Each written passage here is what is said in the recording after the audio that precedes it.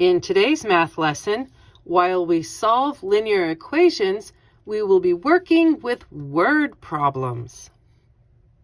When you're working with a linear equation, it would be really helpful to know what the different parts of your equation represent when dealing with a word problem. So let's find out what that would be.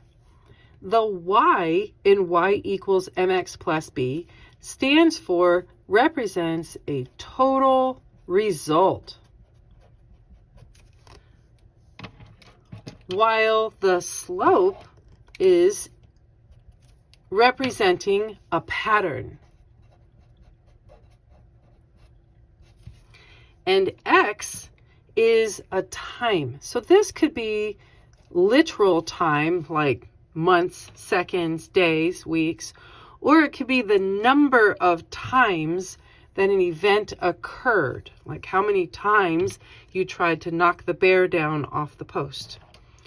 And B finally is the start. What happened at the beginning of this story? What has already happened? What happens just one time? Now, a story might be given to you that can be represented in the standard form of a linear equation. So it would be good to know what these different parts of the equation stand for in a real-world setting also. So A is going to be some details about X, and X is some stuff. While B happens to be some other details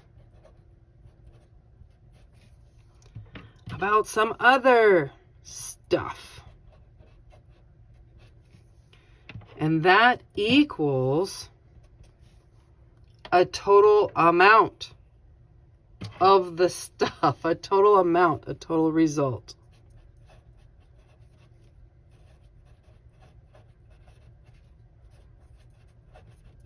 Yeah, that sounds completely vague. I get it. So, quick example.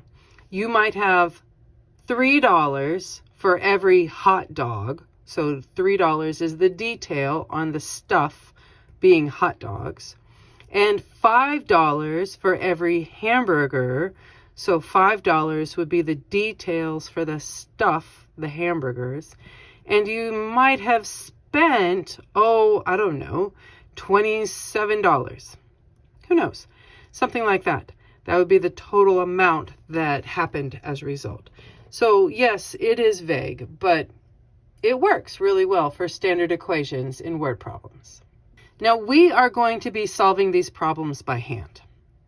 But if you happen to have access to an Nspire calculator and you're wanting to know how to use the different aspects of the calculator, namely how to solve an equation with only one type of variable in it, these are the steps that you will use. So you'll start this process by being on a regular calculator app, as opposed to a graphing screen or a statistics screen or something else. You'll just be on a regular calculator screen. From there, you'll press the menu button, which will give you a list of options, and you want to choose the third one, which says algebra. That will give you another list of options, and you want to choose the first one, numeric solve. Doing that will take you back to your regular calculator screen, but now it will say NSolve on your screen with a set of parentheses. Inside of that set of parentheses, you're going to type the equation that you built from the word problem.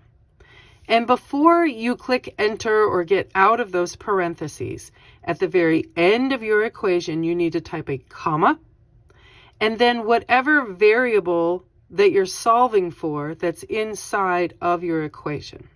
It might be X, it might be Y, it might be R, it might be anything.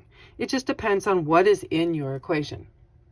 After you've gotten that all typed in, just push enter, and your calculator will solve the equation for you.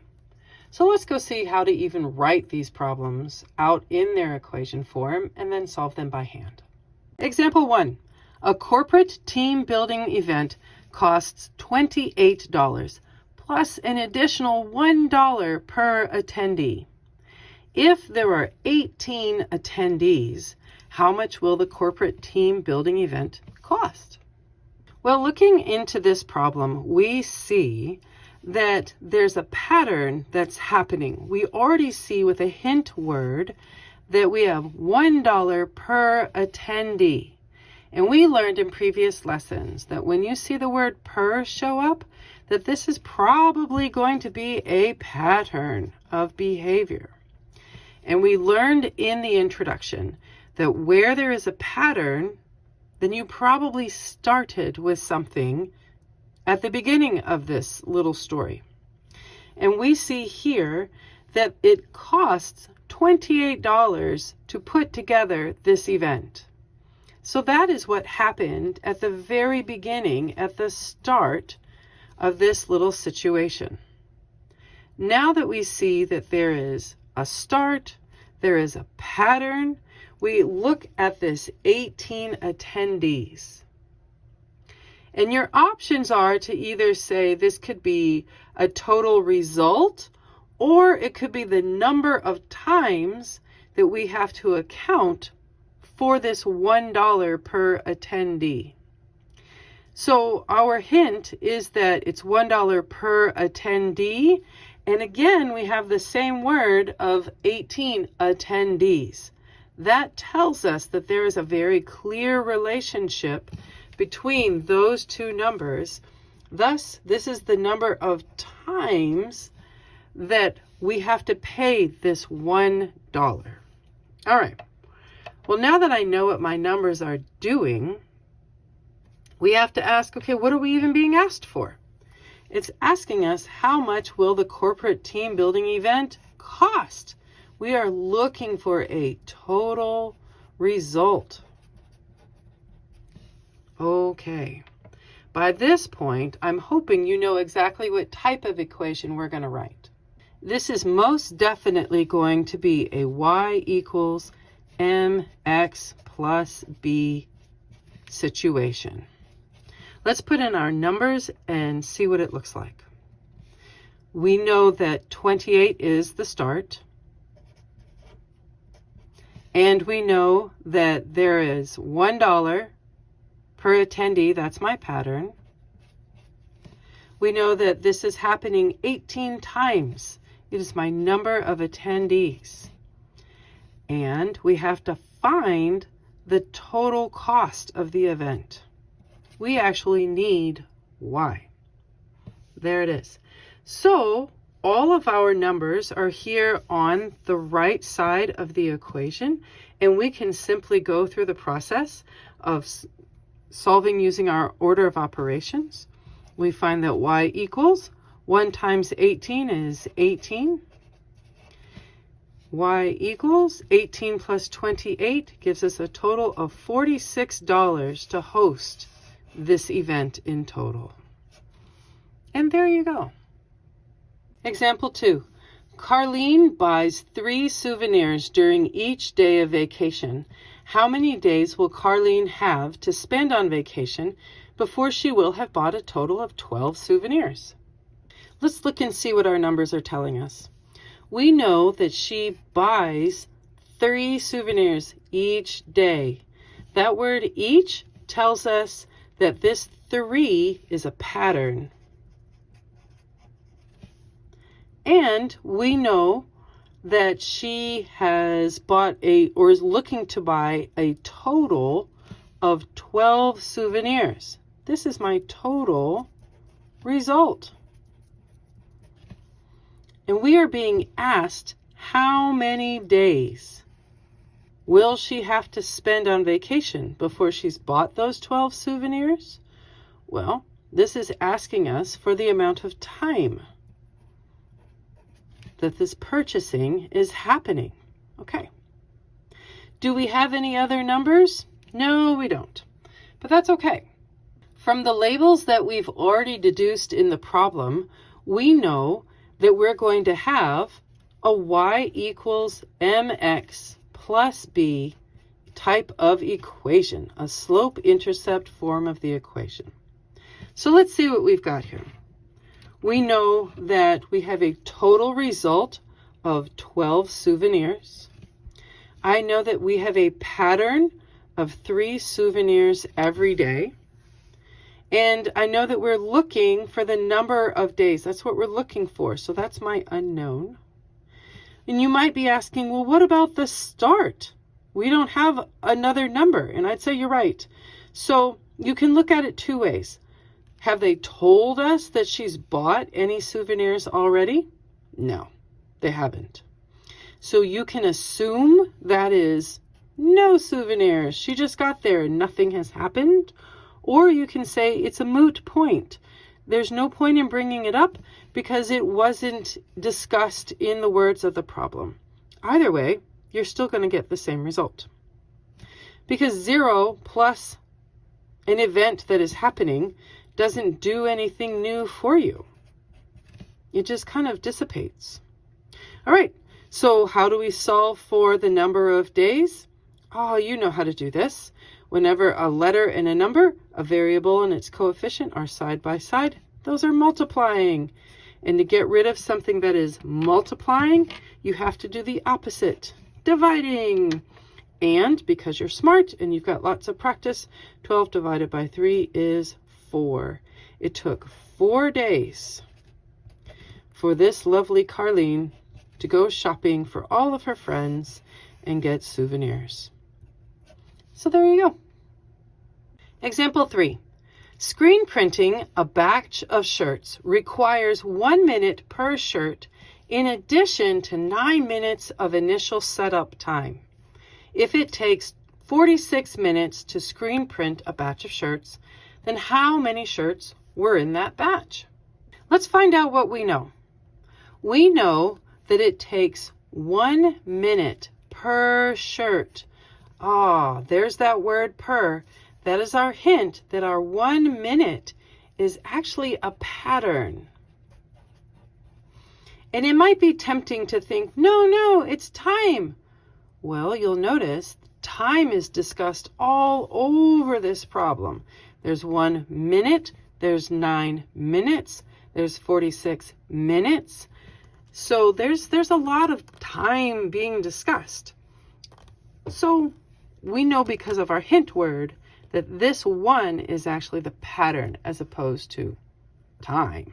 Okay, so now we have this 9 minutes of initial setup time. We said that when things happen at the very beginning, the initial setup time, that means this is our start number.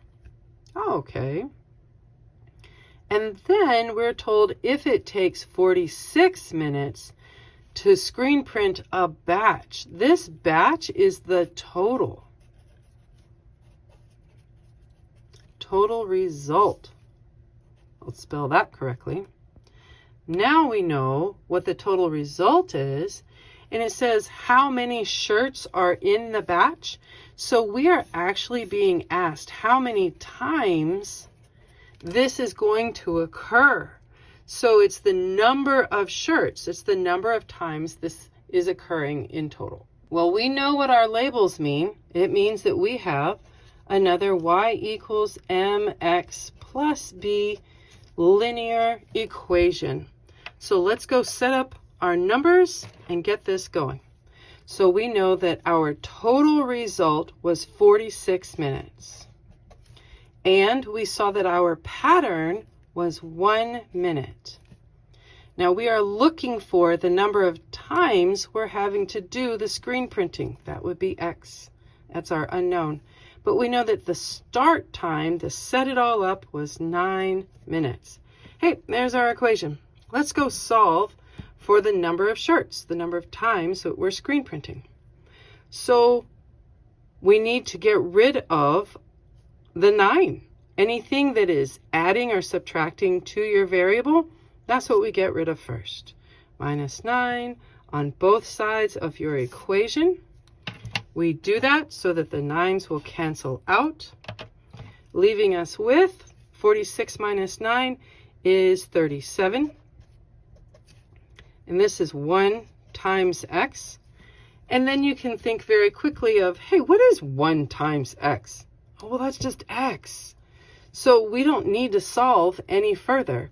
We can say, aha, there are 37 shirts that are in this batch that need to be screen printed. And there you go. Example 4. Lorna reads 14 pages per hour. In all, how many hours of reading will Lorna have to do this week in order to read a total of 42 pages? Let's see what we've got. We have 14 pages per hour. There's our hint word. So per tells us that, again, we have a pattern. And we want to find out how many hours of reading will need to take place. So it looks like this is going to be the time. How many times is she going to sit down and read? Because we know that there is a total. It even uses the word total. There is a total result of 42 pages. You know, once you realize what y equals mx plus b in equation form, in a word form actually represents, building these equations becomes really pretty friendly, pretty easy to do. So let's go build this one, because once you build it, wow, you have become quite the master at solving, so this will be no problem at all. Okay, the start. Do we know if Lorna has already read anything? No, we don't. They haven't discussed it. This might be a brand new book, but again, it's a moot point. It doesn't matter. So we account for the start as she hasn't done anything as before now. So 0 plus anything, well, that's just that thing. So how do we solve for x? How do we get rid of its coefficient of 14? Well, remember that a letter and a number side by side are multiplying. So do its opposite on both sides of the river, causing those 14s to cancel out. And as a result, 42 divided by 14 gives us an exciting 3 hours. She just needs to sit down for 3 hours and read and read. I hope it's a really good book. But there you go. Our fifth and final example. Kira has already walked 25 kilometers this week. Plus, she plans to walk 4 kilometers during each trip to school. How many trips will Kira have to make in all to walk a total of 37 kilometers? Let's see what we know. She has already walked 25 kilometers. Well, already walked, those are your hint words that this 25, well, that's our start. This has already happened before this particular set of events gets going. Plus, she plans to walk 4 kilometers during each trip. Okay, so 4 kilometers with each as our hint word. This is a pattern. Now, it does not state whether this 4 kilometers is one, like going to school or coming back from school or round trip. So don't overthink it. I know it's easy to do, overthinking, but don't. It's just 4 kilometers. That's your pattern. Okay. So we are also told that we are going for a total of 37 kilometers. This is my total result, which means we are looking for how many trips. This is how many times she's out walking. This is everything that we have already labeled in the problem. So we are good to go and build our equation by placing in our numbers. Okay. Our total result, 37 kilometers. The pattern that she's walking every day, 4 kilometers. How many times she's doing this? Well, that's what we're trying to find out. And how many has she already walked? 25 kilometers. Okay, our equation is built. Let's go solve for x. What do we do first? Subtract off anything that is currently adding. Why do we subtract? Because that's the opposite of adding.